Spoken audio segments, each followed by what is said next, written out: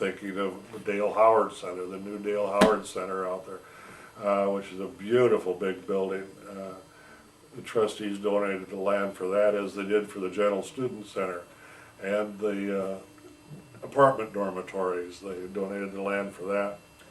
And so the Ellsworth, the trustees still own most of the campus. We put a lighting system in there. It's a beautiful campus now because of those lights. The original building is the old library, which is now the Bullock Jones Hall. When I first, excuse me, when I first was appointed to the Board of Trustees, right out of the first thing out of the box, they were going to remodel the Bullock Jones. And I thought, boy, that's really a good idea. And so I got so excited about it, they said, well, why don't you be in charge of it?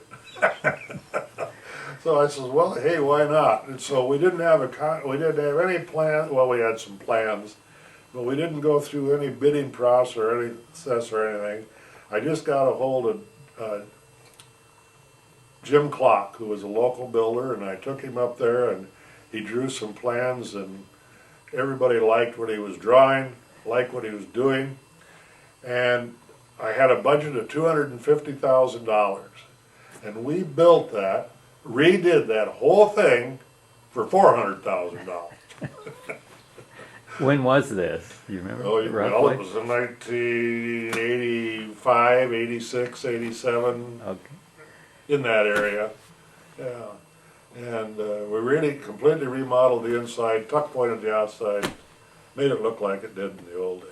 How do you see Ellsworth's position in the community, or where Ellsworth is going to fit in the whole scheme of things looking down the road? Got any thoughts on that?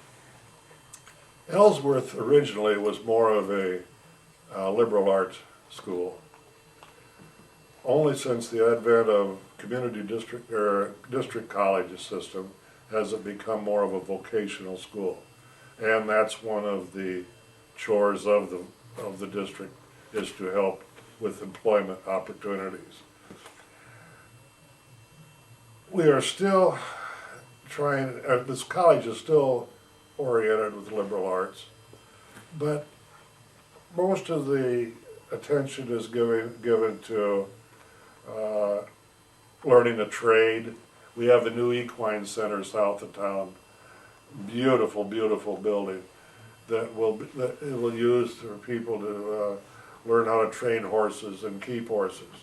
And we think that that's going to be a moneymaker for the district, and I certainly hope so. A lot of work has been done for the junior college to be a stepping stone, even more so than it was before, to go to a four-year school. They've been a lot of pressure has been put on well, not a lot of pressure, but a lot of cooperation has been done between the four-year schools, Iowa State University of Northern Iowa, to allow the college or the courses from the district schools to be used as transfers. We've had kids come out of our ag programs here in Iowa Falls and go directly into vet school down at Ames. Now that's a pretty good pat on the back for Ellsworth College, for have kids be able to do things like that. All right, let's talk a little bit about the Iowa Falls Boat Club. You've got some memories of that. Oh heavens, yes. Boat Club was built around 1935, 1936. My grandfather, incidentally, was kind of instrumental in getting it built. He and a bunch of fellows procured some old telephone poles, and they hired a fellow from Minnesota to come down, I don't know his name, to come down and supervise the building of the boat club using all these old poles. And he did. And for a long time it was kind of the one of the social centers for Iowa Falls. I can remember going down there once a month or twice a month for family dinners, and they had a boathouse down there, and people actually kept boats in in the boathouse. They weren't the boats we know today, of course, but they were boats, and the facilities were utilized. I can remember one time, right after World War II, I remember Dad had bought a brand new 1947 Nash. It was right after the war. He bought it in 46, but it was a 47. And Mom, Mom parked it by the boat club. When next thing, I can remember her parking the car there. The next thing I know, everybody was yelling and screaming. Mom had forgot to put the emergency brake on, and the Nash went backwards down into the Iowa River. Dad, of course, was not too happy over that, but they had to overhaul the engine, and I can still remember when Dad got rid of that car, that watermark was still by the back window.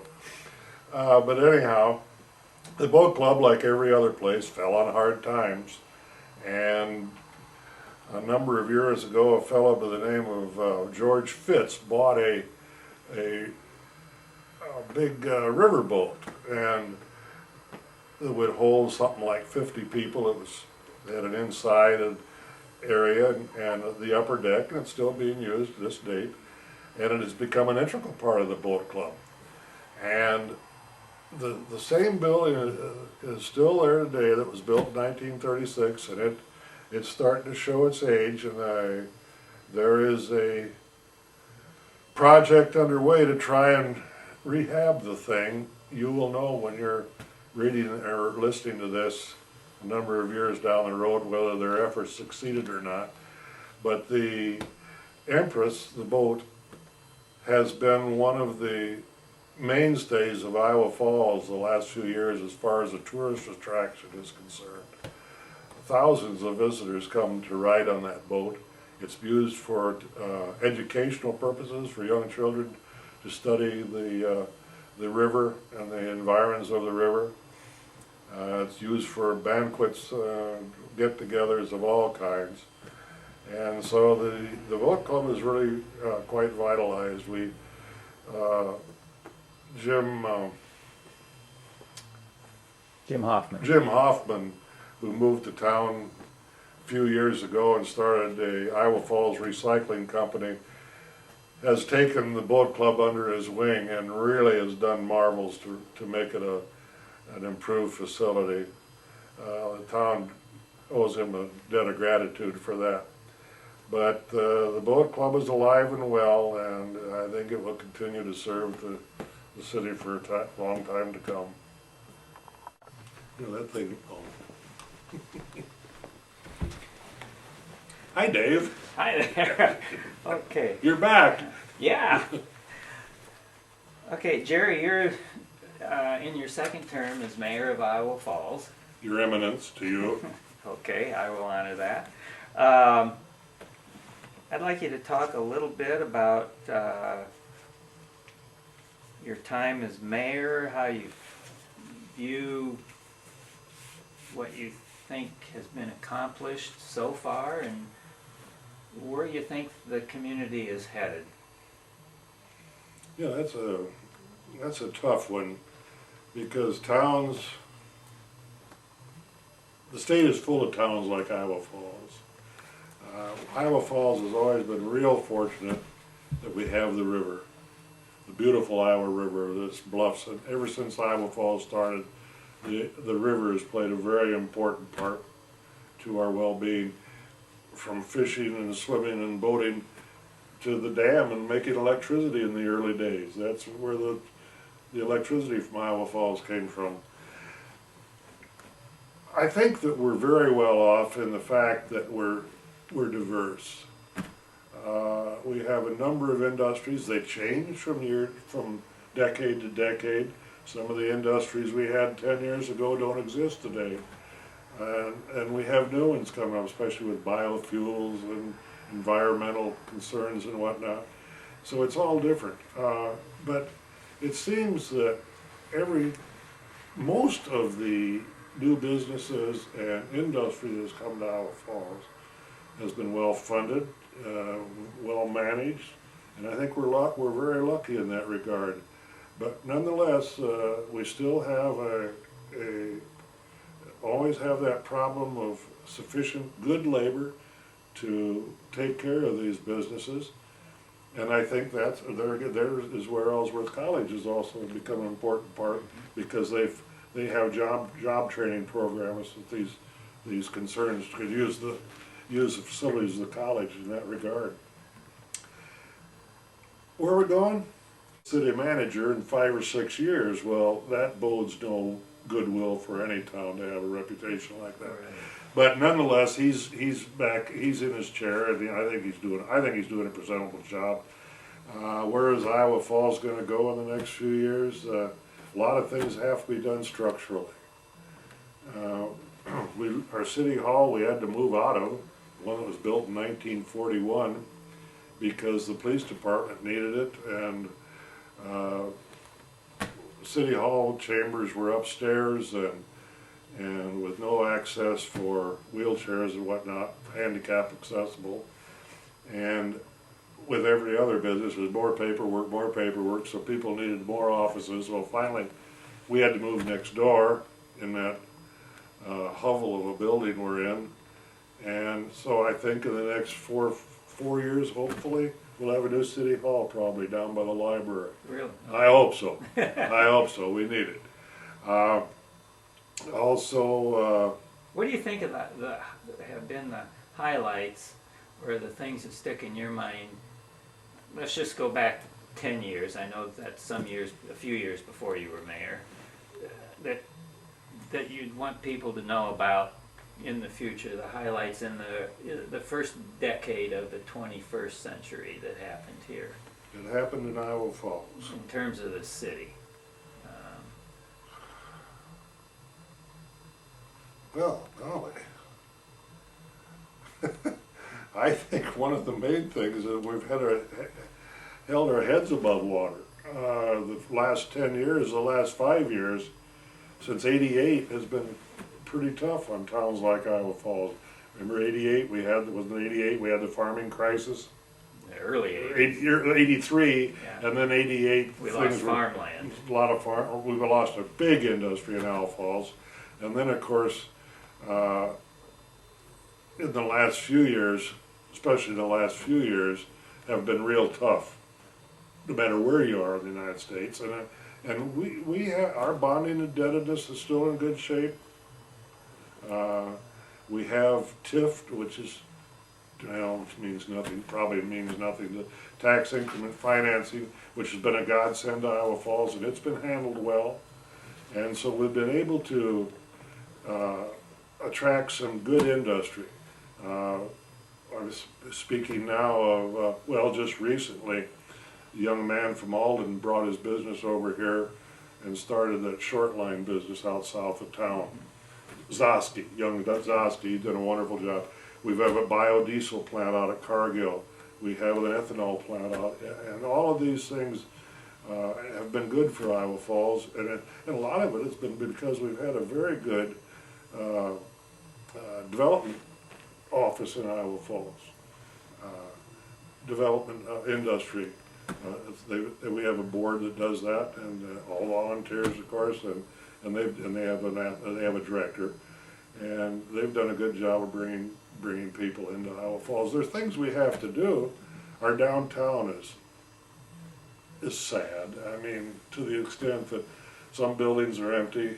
Just the last couple of months, the double front building was empty where the movie place was, and the infrastructure downtown is in bad shape underneath the ground, as is in most parts of the town. A lot of the sewers in this town are 100 years old. That's a long time. Yeah. Downtown is going to have to be revitalized. I think that's in the picture for the next 4 or 5 years. There are ways to finance it that will not cause any indebtedness. And so hopefully when you people are watching this, you'll have a newer downtown area. Are we about out of time, I hope? Okay, Jerry, Enough about the town. Let's talk about me. all right. This was long before I lived here, but I've been told that you and I know Jack Weitzel were instrumental in getting community theater started. Can you talk briefly about that and some of There the was- shows you were in? There was a fellow up at Ellsworth College, John Neidigger, and he was worked in the drama department, and he was a crackerjack. He suffered from infantile paralysis, and he was in a wheelchair, but that slowed him down not. And he was good at directing plays, and he really got this community thing started, community theater. And the first production we did at Ellsworth College on their stage was Born Yesterday. And Jack Weitzel was in it. He was the bad guy. I was the good guy. And I can remember we took pictures for the program. And I was quite the stud in those days, you know. I was good looking, younger. I smoked, and I had a picture taken for the program of me sitting there like this with a cigarette in this hand and my lighter in this hand, you know. I was, man, oh gosh, I just can't describe how the public melted my feet in response to my whatever. Anyhow, and then that was Born Yesterday. That went over real big, and then one time Kenny Nasson, who ran the Advertiser newspaper, and I did The Odd Couple. And we did it in the Round up in the old Elks building before it burnt down. And what a riot that was. That was a riot. I can still recall some of the lines, but I won't go into those. But anyhow, community theater. Then after a few years it died. It died off, and then it got rejuvenated here a few years ago. And the community theater group bought the old the old English Lutheran Church. And everybody said it wouldn't work. Well, it's worked, and they've rejuvenated to a theater, and they have a meeting room there. It's really worked out for all persons, everybody concerned.